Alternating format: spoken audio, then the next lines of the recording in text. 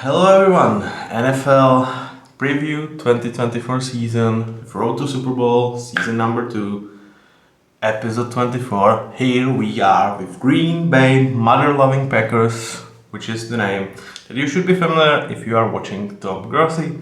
Shout out to Tom, one of the two main guys alongside with the franchise guy, or that franchise guy to be completely correct, that were inspiration for me towards even doing this thing.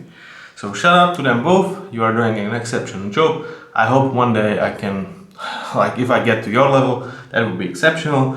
If I get to 50 of what they are doing, I would be really proud of myself. And of you guys supporting me along the way. So, the picture could be, there's something rotten in Green Bay. There's something rotten with the cheese. But the reality could not be far from that.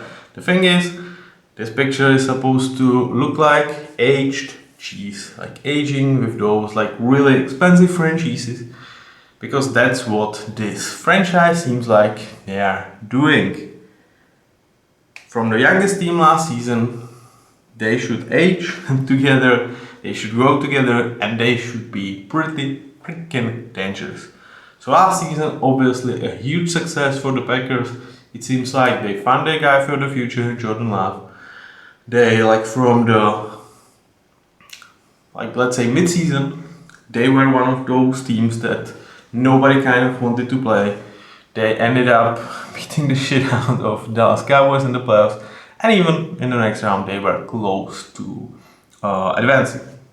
So top 8 last year, and quite frankly, the expectations for this year are repeat or better. And let's see if they are deserved. So we start with a draft, and there is a lot of good, but also a lot of interesting moves with the draft. And it starts with Jordan Morgan, who, as number 25, I do not necessarily think is a reach, but I just wasn't sure about this pick, and I have two reasons for it. Because he was drafted as a tackle, right? And I was like, why would you want a tackle? You have Rashid Walker, who actually is improving and could be franchise left tackle in the future, and you have Zach Tom, which is arguably one of your two best offensive linemen. So tackle did not really feel like position you needed to improve. You also added Andre Dillard as a really nice backup. So I'm like, why are we doing this? And the thinking apparently is, let's convert him to a guard, which he can do. I don't think conversion necessarily should be a problem, but if the priority is improving the inside offensive line, why would you not take Graham Barton, who I think from a center would be easier to convert to a guard, and I think is a better prospect. And he was later out there because Tampa just picked him one pick later. So I'm skeptical about this one.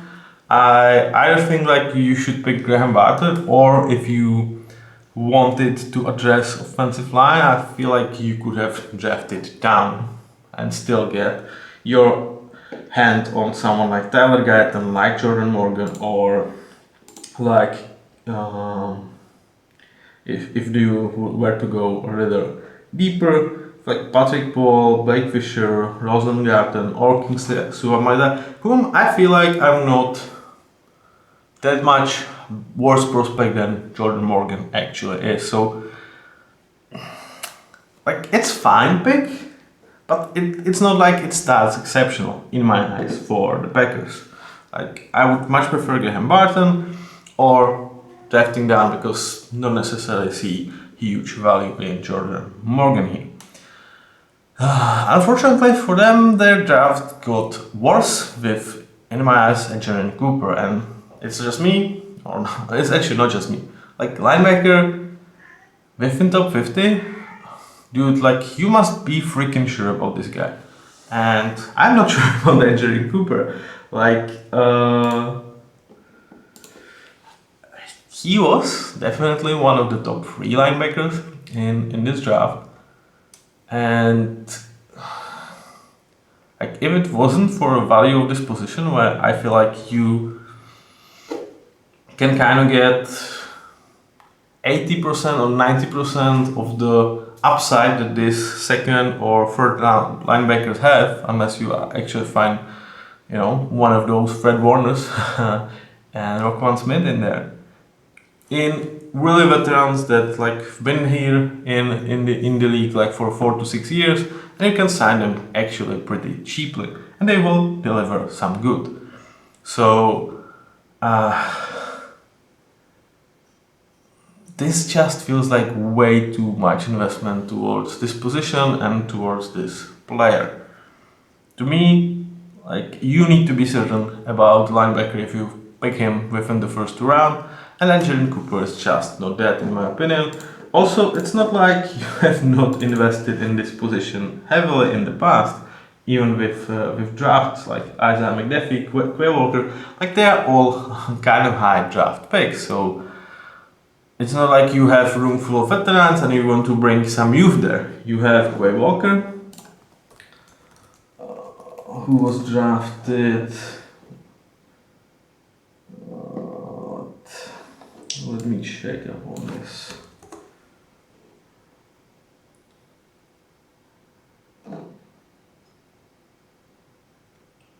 Yeah, he was drafted in the first round, and you have Isaiah McDuffie,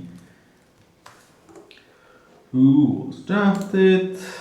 Okay, no, 2020. Like, he was drafted in the seventh round, but still with Quay Walker, you've invested like first round, and now we are investing second round in a position that pretty much every other teams avoid investing high draft picks. So it's not like Quay Walker was a success story. Like, in his 2 years, he was like, all right, but at this point, it feels like his upside is like a good starter. Is it really what we want? How do you first round picks, especially for linebacker position? I know. And I'm worried about this pick, man. Like, C is there because I think he's a really good player, but like, I would not pick him in the second round for sure. Then it gets better. John Bullard is actually a pick I'm really fond of. Part of it is like, they thought, well, we have some problems with our safeties, and they went and addressed it. In free agency, they brought Xavier McKinney, and in the draft, you have definitely a lot of picks.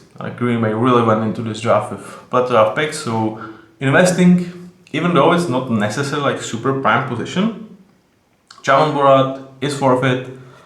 And like, with the combination of Xavier McKinney, like, you are bringing highly paid, one of the best safeties in the league, like top 10, he definitely is, and you give him next guy to grow next to him. I really like thinking here.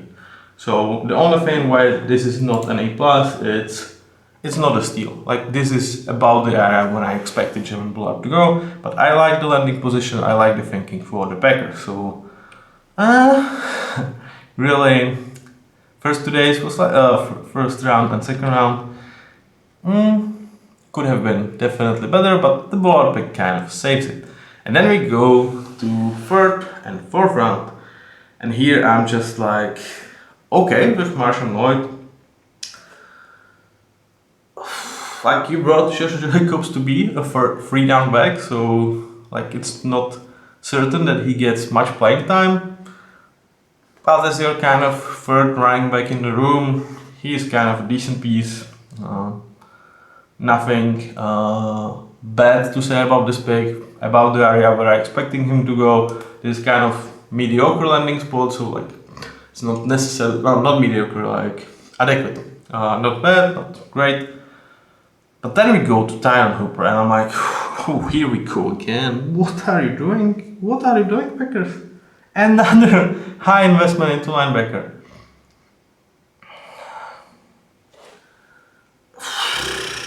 Dude, like, 5th or 6th round, I was on this player.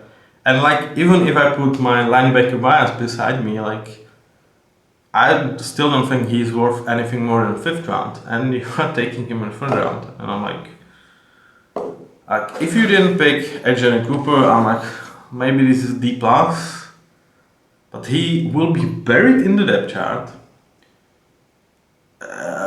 And this is freaking value pick. This is 91st pick in this year's draft. This is like, in normal drafts, this is almost like top 60 pick. And it feels like a waste. Like, again, I don't want to bash Tyron Hooper. Like, I hope for this young man to have a nice career. I really wish it to him. But man, oh man, this feels like absolutely stupid move. Buried on the depth chart. Like, you have first and second round talent you've invested in last 3 years at that position. You also have Isaiah McDuffie, who actually like looks decent there. So you are okay. What are you doing? What? Why? Like, what's the point? What's the freaking point? Like, Tyron Hooper at like 90% of his upside is like, if he can be a decent starter, like a number 2 linebacker in the league, that's like 90% of his upside. Like, there is probably 10% in which case he's better than that. But that's the upside you want to invest this pick in? In that position, when you've already invested in it? Boy oh boy, like a really ugly pick in my opinion. Then we go to Evan Williams, and okay, like it feels like you are double dipping into safeties as well, but also this is a reach in my opinion. It's not so outrageous reach as Tyron Hooper, but still a reach, so not a huge fan. So this feels like really several bad picks for the Packers. And in terms of Jacob Mann, Keelan Oladapo or Travis Glover, nothing special to say. I really like Michael Pratt like selection. I think he is a guy that can work with this offense. If Jordan Love goes down for a week or two, he is experienced enough and quality enough that you should be fine. You should have a chance to win those games. Obviously, it's going to be like a huge downfall from Jordan Love, but you've bought yourself like 4 years of nice backup for cheap with a 3 years with a 7th round, like almost a pick that's worth almost nothing. I think you actually turn that pick into value. So good for you. Overall, one of the drafts I was least impressed with, like investing in positions that other teams avoid investing high and double dipping into that positions, and like I only like Jovan Bullard pick for those, like I'm talking safeties and linebackers. So given the plethora of pick that Packers had,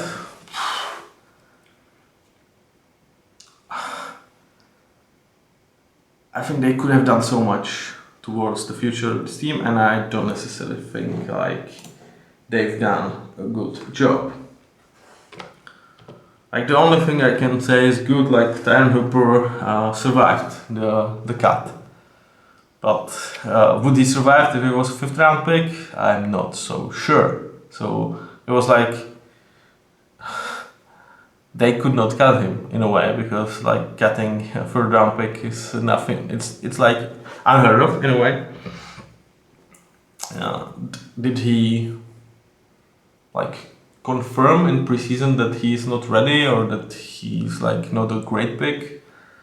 I mean, I did not follow that much, but I didn't heard any like exciting story.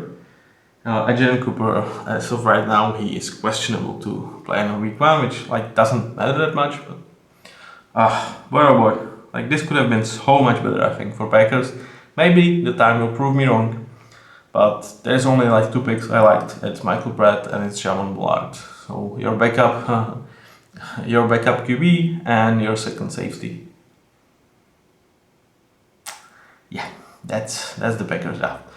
But let's go towards something more positive and address this offense. And we start with Matt LaFleur, and what a job this head coach as well as their primary offensive coordinator or overseer of the offense is doing. I think he is one of those young minds that absolutely are running this league. He works very well with young pieces. I think the marriage with Aaron Rodgers kind of starting to fall apart. They didn't necessarily see eye to eye in terms of, is it my offense, is it your offense? It was a clash.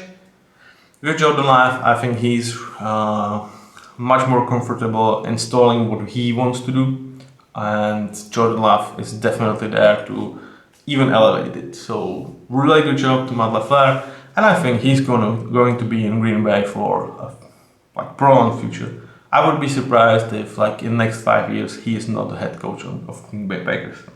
Now let's see what he has to work with. And the conversation starts with Jordan Love, and important start, is it too high? Is it too low? I think the opinions will vary on this. I think most of them would be like it's too low, because he played like borderline top 5 QB down the stretch with the season. And he had that really exceptional performance at Cowboys. That's all true. But I've already said it, like halfway through the season, we were not sure that this would work. He was in like similar category of praise or like question mark to Sam Howell. As of right now, Sam Howell's future in NFL looks bleak. Jordan Love got paid superstar amount of money, and we all praise him. And deservedly so, because from that half point of the season towards the end, he was exceptional, he was phenomenal. Kudos to him. And you can absolutely see with the young weaponry, with him like actually touching the grass for a proper time for the first time in his career in terms of NFL, like you can definitely make an argument. It was expected that he would struggle from the start, and then later part of the season he looks apart. He really looks like what he actually is. If that's the case, if he can continue doing that, yeah, Jordan Love is the future QB of the Packers for sure. They will absolutely not regret paying him after seeing him on the field for 1 year. Can this come down crushing? Like yes, but I do not expect that. Like I'm impressed well enough that I think he will continue to be really good and should move towards amazing starter within the realm of this season. As of like Jordan Love draft process development behind Aaron Rodgers and all of that, I will make a separate video. I haven't found time to do it as of now because I tried to finish this series on time. I'm slightly behind the schedule on this, so you will hear me talk about Jordan Love in like macro point of view. Spoiler alert, I'm not necessarily going to say that Green Bay Packers were right with this plan and that it's something that is necessarily worth following, but that's spoiler alert. As of right now, you are absolutely happy that you have Jordan Love. You kind of had to pay him in a way, which will be one of the points that I was making in the video, that you were a bit in a corner. But trust is that he is going to be really exceptional. Again, we could be here if my Seahawks just beat Steelers at home with Mason Rudolph, and the conversation about Jordan Love would be different because we would not see him play 2 playoff games. We would not see him going to AT&T and just smashing Cowboys, because they would not make playoffs if just Seahawks beat the Steelers at home against Mason Rudolph. But we are not there. This is how the situation evolved. We got 2 more games of Jordan Love, and those games were really good on his part. Sean Clifford for Michael Pratt. I think Michael Pratt is going to overtake Sean Clifford within this season as the primary backup for Jordan Love. Really nothing that you are super excited about, but should not worry you that much. Now let's move towards running backs. And for I don't know, like 8 hours, it felt like, boy oh boy, the Packers will have an exceptional running back duo with Josh Jacobs and Aaron Jones. And it felt like really combination match in heaven. And then they decided to let go Aaron Jones and slightly screwing him up in my view, because like the man took pay cuts to stay here. He was a fan favorite. He was favorite within the locker room. And I kind of do understand, like you want to exchange him for a younger model that doesn't have that much injury concerns, that much snaps played. So I get that, but you paid quite a hefty price to do that. With the dead money you have on Aaron Jones and with Josh Jacobs' salary. And in the process, you got better. I think Josh Jacobs is a better running back than Aaron Jones. And more dependable in terms of his health. But still, if I had a choice, continue with Aaron Jones, not bringing Josh Jacobs, having both Jacobs and Jones, or having just Jacobs and releasing Jones, this would be my third option. I would prefer to have them both. I would actually really like that combination. Or keeping Aaron. So I'm not saying this is a bad option. I think you are choosing from three really good ones. But this is my least favorite one. Behind him you have AJ Dillon, and I think this thing started with him is just it's almost too rich. I still have some belief that he can be a nice backup, but it's just 2 weeks of last year's performance and he is getting down towards just a good backup. And it's going to be interesting to see if Marshawn Lloyd can actually overtake him. Because AJ Dillon, as of right now, is on injury reserve, so Marshawn Lloyd is set to be their backup option. Though you are expecting Josh Jacobs to be up there for majority, absolute majority of the snaps. It's not necessarily going to be CMC situation with San Fran, but this could get close to that. Overall, really plus running back room, but pretty much only because of Josh Jacobs. Now let's go towards wide receivers, and here the conversation is, I would say, really nice, as well as it might come down as I'm not that high on these guys, and that could not be far away from the truth, because I think the mesh of the talents, where you have deep threats, you have short, you have intermediate threats, you have big body guys, you have speedy guys, you have every archetype of wide receiver that you can have in this room, between Christian Watson, Jaden Reed, Romeo Dobbs, Dontavius Willis, and Bo Melton. I also have Malik Heath, who I think is the sixth guy here. But between all of these guys, you have pretty much everything you can ask for.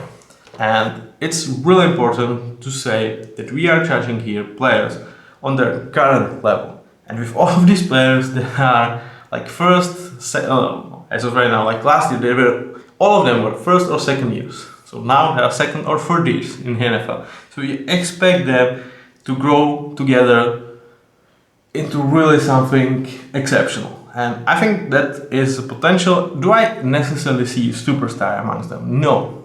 I think this could be a room, whether it's through this season or through next season, where you have two amazing starters, one important starter, one good starter, and one decent starter, which would be out there with the deepest rooms in terms of NFL by far. Having fifth best wide receiver as a decent starter would be insane. Nobody has that. It would lack that necessarily top tier talent, but with the quality you would have all over this room, you would be absolutely happy about it.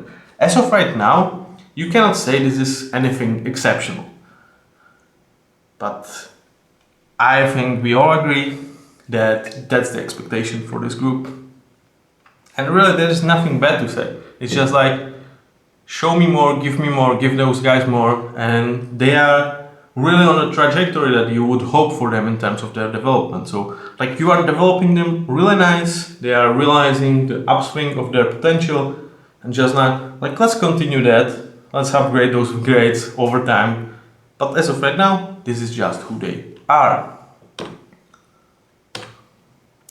Then we move towards tight end room, which is one of those that doesn't break your team, but is not necessarily a plus. Luke Musgrave, Tucker Kraft, Ben Sims, similar story to wide receivers, but turned it down one level. The potential is not necessarily there to have amazing starter. I don't think even Luke Musgrave has that. I think the potential is important starter, good starter in Musgrave and Kraft, which you would be absolutely happy with.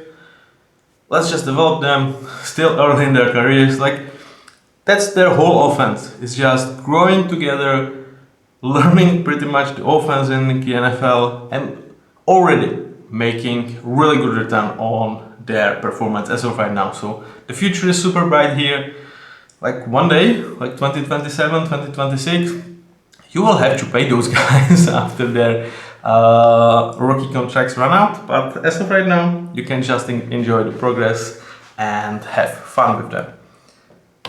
Then we move towards the offensive line. We already talked about the tackle situation, where I think Rashid Walker and Zach Tom is absolutely good enough tackle duo that you have. Zach Tom, who is that mid-level right tackle in the league, really good, dependable. You are happy to have him out there. He doesn't elevate you, but he is nowhere close to be a problem. And with Rashid Walker, as of right now, he is slightly negative on the performance, but you do expect him to get better, and he definitely shows a really good promise.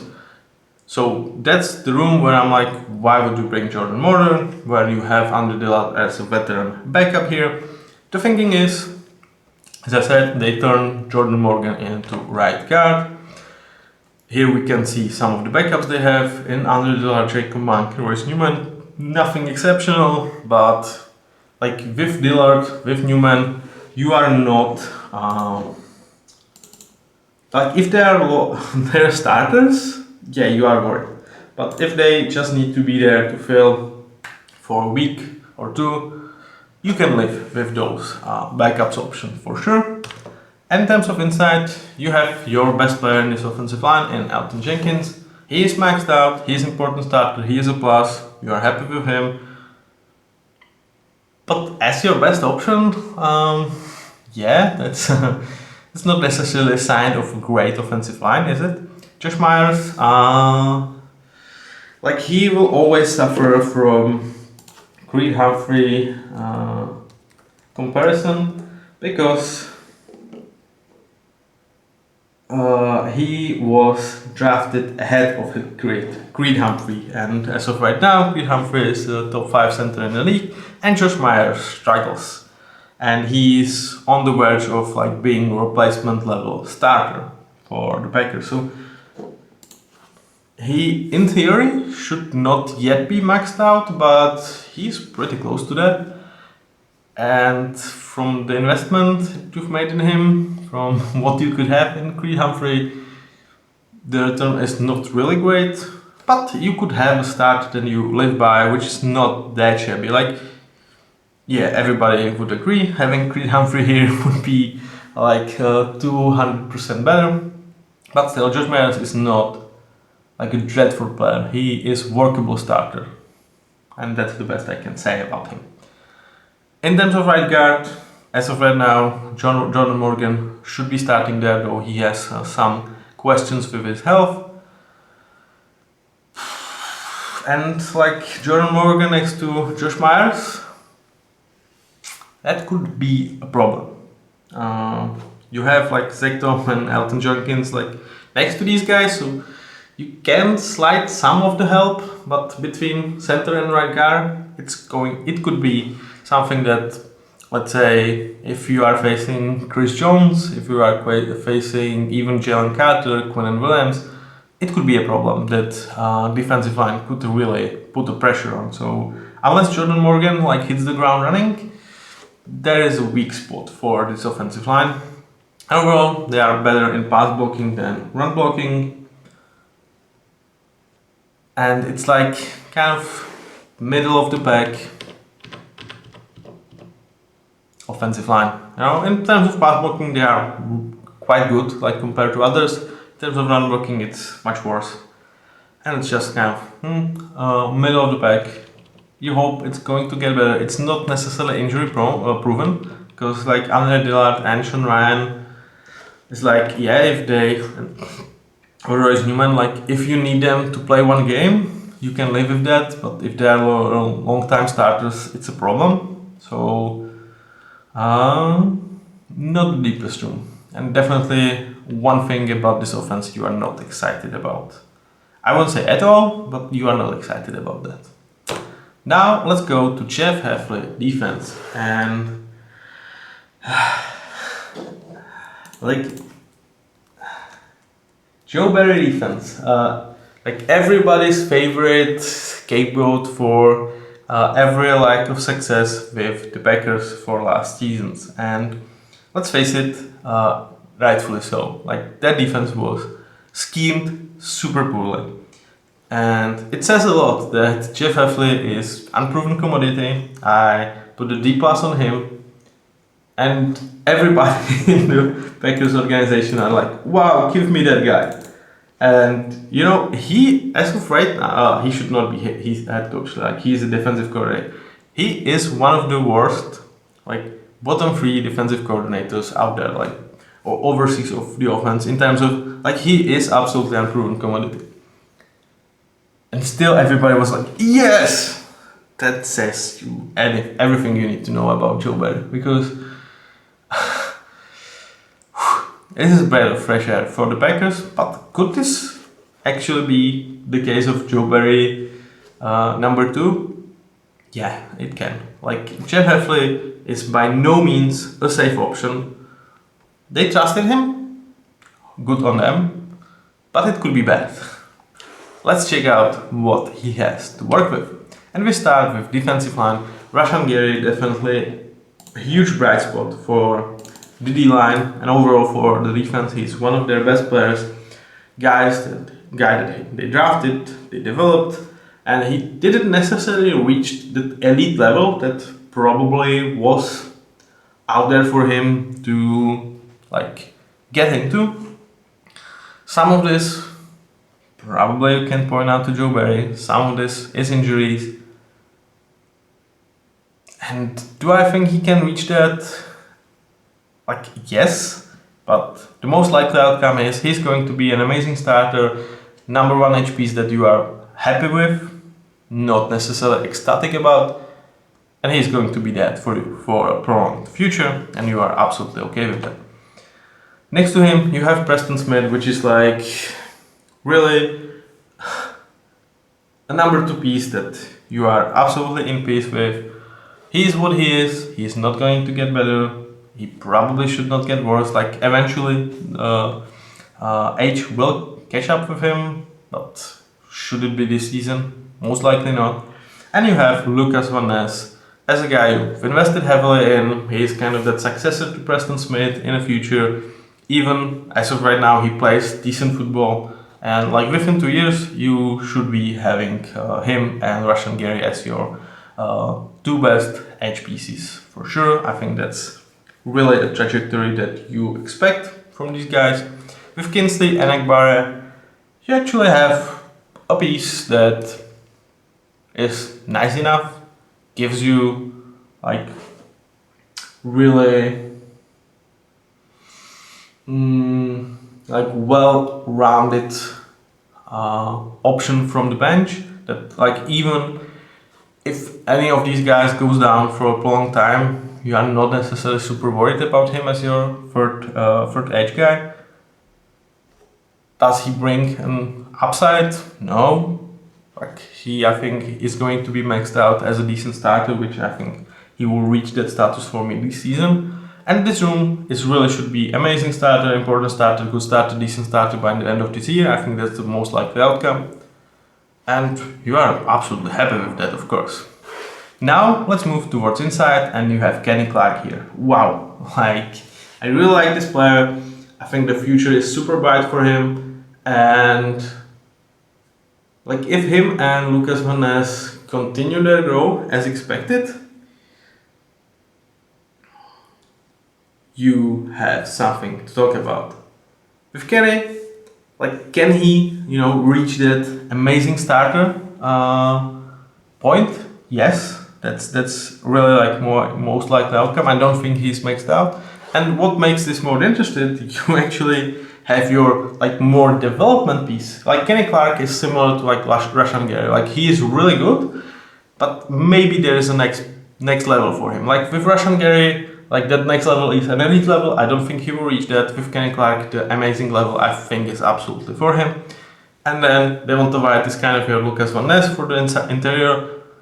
like he definitely shows a lot for how less or for how much he played in the NFL. He showed a lot, and the future is really bright for him. So, like in 2 years, you could have Rashan Gary, Kenny Clark, Devonta White, Lucas Van Ness. Both of these guys should not need to be paid by that point, if I'm counting correctly, like Wyatt and Van Ness. And this could be one of those defensive lines or defensive force that is like really a force to be reckoned with. You don't necessarily have that absolute top tier talent, but you have three to four guys that are all plus. That could be really insane. So watch out for them. This is really exciting defensive line for the Packers. With Carl Brooks and TJ Slayton being actually quite nice backups to have. They are really like Carl Brooks is a guy that you want to rush the passer, you don't want him to defend the run. TJ Slayton is exactly other way around. He's going to be out there for rushing down, so they give you a specific option for specific downs. You absolutely love them as backups. Like, I'm not saying like having them as backups like elevates this room, but definitely gives competent defensive coordinator that you hope Jeff Hafley is going to be really nice things to work with. Now we move to linebackers, and I've already had this conversation, and I'm just like, I don't want to bash them too much, but this is like as of right now, it's one of those rooms that is actually a detriment to their team. Like they are negative. Like they are one of the worst linebackers room out there in terms of right now. And you do expect both Clay Walker and Isaiah McDuffie to develop. So why would you bring Jared Cooper? Why would you bring Tyron Hooper into this? It's beyond me. Like I think if you invested 1 year contract in someone like Devin White here, 1 year, 4 million, 5 million, you're making that room better. You are bringing a veteran that they can learn from. Or like Devin White is not necessarily exceptional role model for the locker room, but like the wet dream, I think, is all of these guys will reach their upside potentials, and we will have a plus linebacker room. Okay, so you've invested super heavily to have a plus linebacker room if these guys reach upside. Good for you. I'm done talking about this group. I think I've covered this one a lot. They've done a lot of good things. This room is not it. Now we move towards safeties, and I really like what they've done here. I've talked about it. Investing heavily in Xavier McKinney is absolutely justified. He was a primary safety on the market, really a top guy. He deserves to be top paid.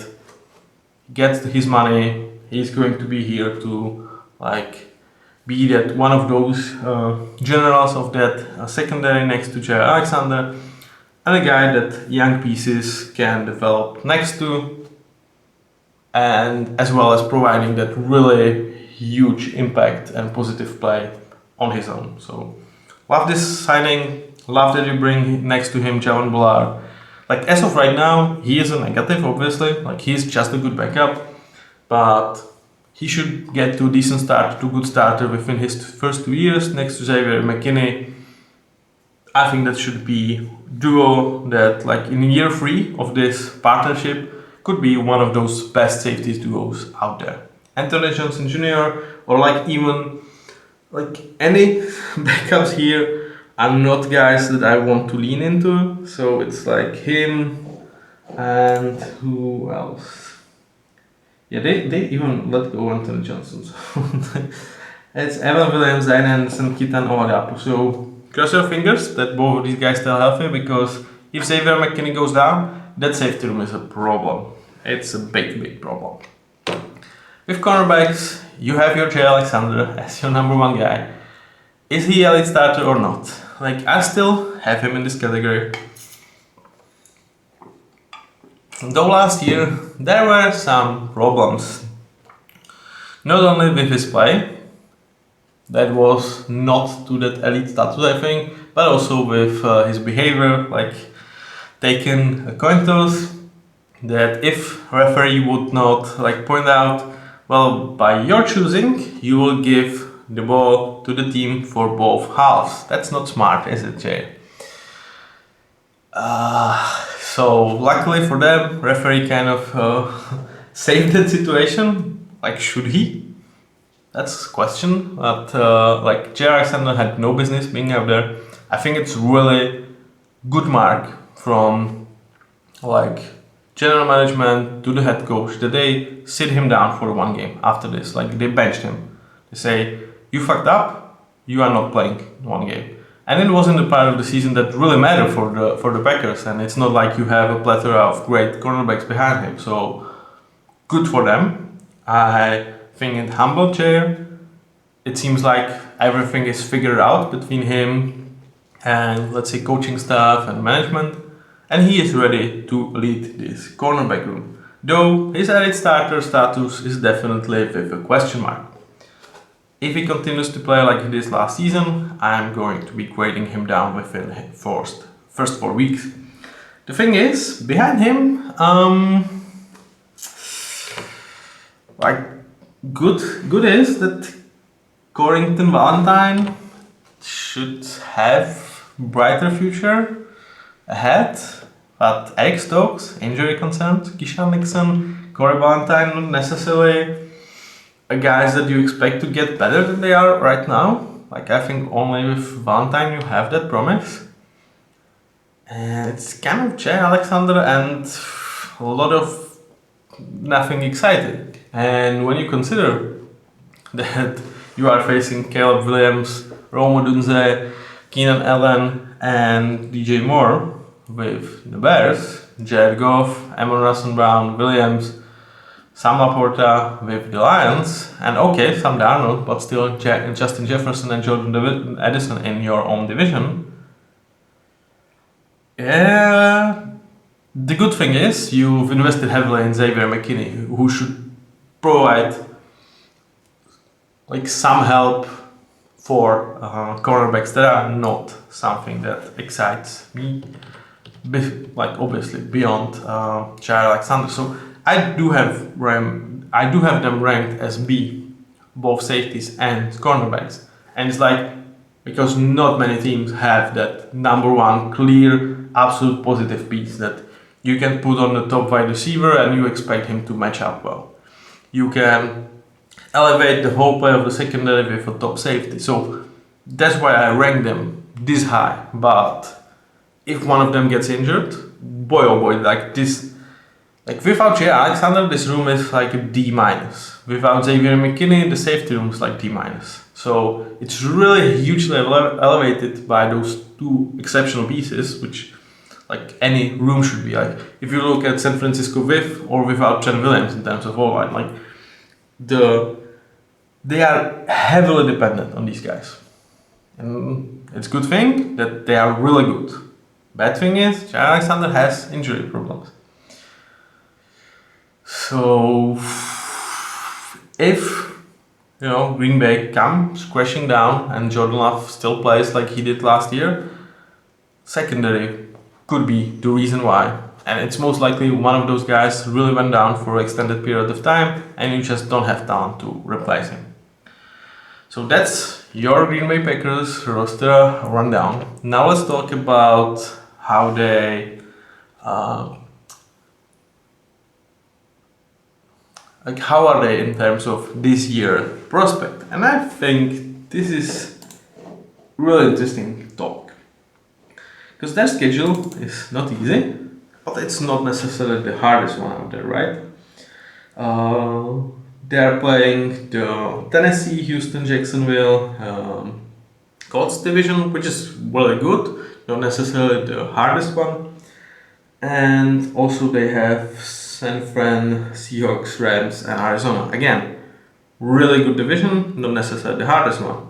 And they are in one of those top two toughest division in football, in my opinion. So like their schedule is not like the hardest, but by any means is not easy. Like there is going to be a lot of games that they are like 60-40 in, which means you can get really a huge amount of outcomes for this team. So with their floor, I would have them as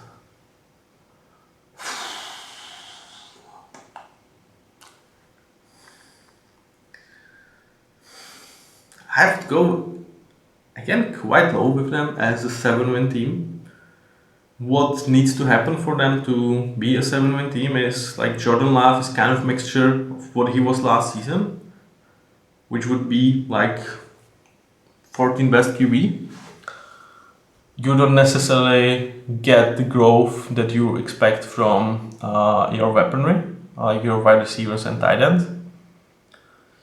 The O-line is workable, but you have problems there, and Jair Alexander or Xavier McKinney goes down. And all of this definitely can happen. So I think 7 wins, going like 2-4 in the division, like they can definitely lose twice to the Lions and like splitting with Bears or the Vikings, or like even losing twice to Bears. I don't think is out of reasonable possibilities if those things that I've talked about are problems. But you should not be worse than 7-win team. Like that would be a really huge surprise. And in terms of upside, I would go 11 wins. And it sounds low, right?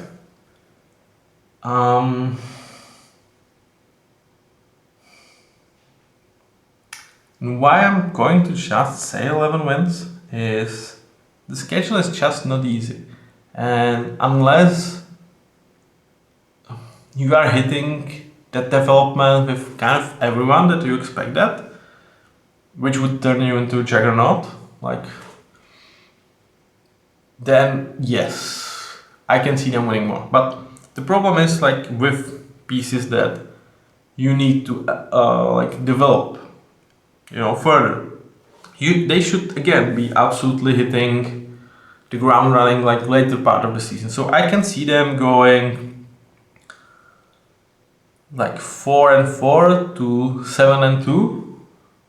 That could be a trajectory for them. Losing at Philly first game, though it's on neutral, against Indy at home, at Tennessee, against Minnesota. I can imagine them dropping one of these games. Then you have at Rams, kind of game that you are probably underdog at. And at home Arizona, at home Houston, at Jacksonville, at home Detroit.